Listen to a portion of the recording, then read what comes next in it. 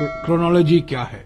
कल 10 तारीख को कांग्रेस पार्टी द्वारा एक अविश्वास प्रस्ताव लाया जा रहा था विधानसभा में, मणिपुर की विधानसभा में। उनको जान गए कि बहुमत उनके पास नहीं है, अविश्वास प्रस्ताव पारित होगा और उनको इस्तीफा देना पड़ेगा।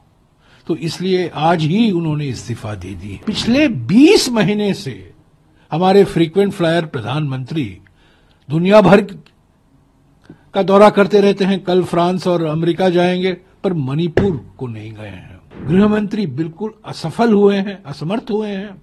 इस्तीफा तो गृहमंत्री को देना चाहिए और प्रधानमंत्री को फौरन मणिपुर का दौरा करना चाहिए। गृहमंत्री बार बार कहते हैं ना, आप क्रोनोलॉजी समझिए। क्रोनोलॉजी क्या है? कल 10 तारीख को कांग्रेस पार्टी द्वारा एक अविश्वास प्रस्ताव लाया जा रहा था विधानसभा में, मणिपुर की विधानसभा में। कई दिनों से बात चल रही थी, पर नोटिस कल का था। मुख्यमंत्री ने एक माहौल बन गया था कि यह अविश्वास प्रस्ताव आ रहा है और बहुमत उनके पास नहीं है। बड़ी बड़ी बातें की मुख्यमंत्री ने, पर अंत में उनको जान गए कि बहुमत उनके पास नहीं है, अविश्वास प्रस्ताव पारित होगा और उनको इस्तीफा देना पड़ेगा। तो इसलिए आज ही उन्होंने इस्तीफा दे दी है। मैं समझता हूं ये उनकी मजबूरी थी।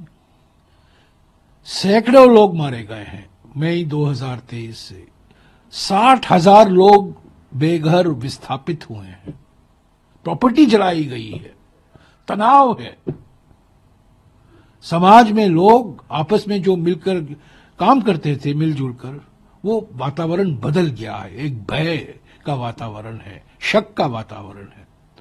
और पिछले 20 महीने से हमारे फ्रीक्वेंट फ्लायर प्रधानमंत्री दुनिया भर का दौरा करते रहते हैं। कल फ्रांस और अमेरिका जाएंगे, पर मणिपुर को नहीं गए हैं। तो ये देरी हुई है। इस्तीफा, मुख्यमंत्री की इस्तीफा जो अभी दिया गया है, उसमें देरी हुई है, पर जिम्मेदारी तो गृहमंत्री की है। गृहमंत्री थी, ये तो एक कठपुतली थे बीरेन सिंह। असली सूत्रधार तो गृहमंत्री थे। उनको तो सारा आउटसोर्स किया था प्रधानमंत्री ने। गृहमंत्री क्यों अपनी जिम्मेदारी नहीं पहचानते हैं? इस्तीफा तो उनको देना चाहिए। और प्रधानमंत्री 20 महीने से क्यों नहीं गए हैं मणिपुर? सब देशों, दुनिया भर का भ्रमण कर रहे हैं, हर राज्य में जा रहे हैं, चुनावी प्रचार कर रहे हैं, उद्घाटन कर रहे हैं, इनॉग्रेशन कर रहे हैं, पर मणिपुर नहीं गए हैं। और अभी अभी मैंने पढ़ा 20 तारीख को, यानी कि फरवरी 20 को वो गुवाहाटी जाने वाले हैं। गुवाहाटी से इम्फाल तो आधे घंटे का बिल्कुल प्लेन राइड है प्राइम मिनिस्टर के जहाज में। वो मणिपुर क्यों नहीं जाते? तो ये इस्तीफा पहला कदम है।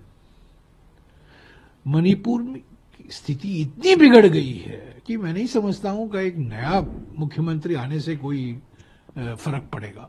सवाल यह है कि इतनी भारी बहुमत मिलने के बाद भी फरवरी 2023 को जनादेश मिला था बीजेपी और उनके सहयोगी दलों को, एनडीए को, भारी बहुमत, प्रचंड बहुमत, पर उसके बावजूद 15 यानी कि फरवरी 2022 को जब चुनाव हुआ था, 15 महीने के अंदर मणिपुर जलने लगा। क्यों? कारण क्या है? तो ये मौलिक कारण देखने की जरूरत है। प्रधानमंत्री ने अपनी जिम्मेदारी कबूल नहीं की है। गृहमंत्री बिल्कुल असफल हुए हैं, असमर्थ हुए हैं। इस्तीफा तो गृहमंत्री को देना चाहिए और प्रधानमंत्री को फौरन मणिपुर का दौरा करना चाहिए। मणिपुर में जाएं, लोगों से मिले, अलग अलग राजनीतिक दलों से मिले, बातचीत करें, नागरिक संस्थाओं से बातचीत करें, एक संकेत दें कि वो चिंतित हैं। और मणिपुर को बार बार कहते हैं डबल इंजन सरकार, डबल इंजन सरकार। वहां तो कोई इंजन नहीं है, केंद्र का इंजन भी नहीं है और राज्य सरकार का भी इंजन नहीं है। तो आप लोग समझते हैं विपक्ष की एक जो मांग थी उसकी एक थोड़ी सी पहली जीत आप नहीं, ये तो 20 महीने पहले से हम ये मांग कर रहे हैं। मई 2023 से मैंने खुद मांग की है कि मुख्यमंत्री को इस्तीफा देना चाहिए, जरूरी है। जब तक ये मुख्यमंत्री रहेंगे कोई परिवर्तन नहीं आएगा, कोई बदलाव नहीं आएगा, कोई गुंजाइश नहीं है। तो ये मांग हम करते आ रहे हैं। सुप्रीम कोर्ट ने कहा है कॉन्स्टिट्यूशनल मशीनरी बिगड़ गया है। एग्जैक्ट शब्द जो सुप्रीम कोर्ट ने कहा था पिछले साल, कॉन्स्टिट्यूशनल मशीनरी का ब्रेकडाउन हो चुका है, सुप्रीम कोर्ट ने कहा है। और देखिए ना, एक पिछले साल एक रेजिग्नेशन ड्रामा भी रचाया गया था। वो इस्तीफा चिट्ठी था, फाड़ा गया, ऐसा लगा कि सारे लोग चाहते थे कि ये मुख्यमंत्री वहीं रहें। पर जब अविश्वास प्रस्ताव का सवाल आया और कल अविश्वास प्रस्ताव एडमिट होने वाला था, उस पर चर्चा होने वाली थी, आज ही फोन गया दिल्ली से, संदेशा गया गृह मंत्री से कि इस्तीफा दो। साहिब ने इस्तीफा मांगा है क्योंकि कल साहिब फ्रांस और अमेरिका जा रहे हैं।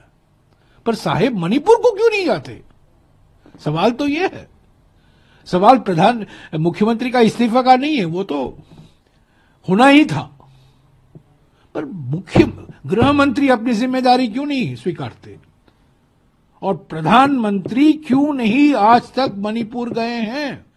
मणिपुर के राजनीतिक दलों से क्यों नहीं मिले हैं? नागरिक संस्थाओं से क्यों नहीं मिले हैं? एक बार मणिपुर के बारे में उन्होंने कुछ कहा हो तो मुझे बताइए।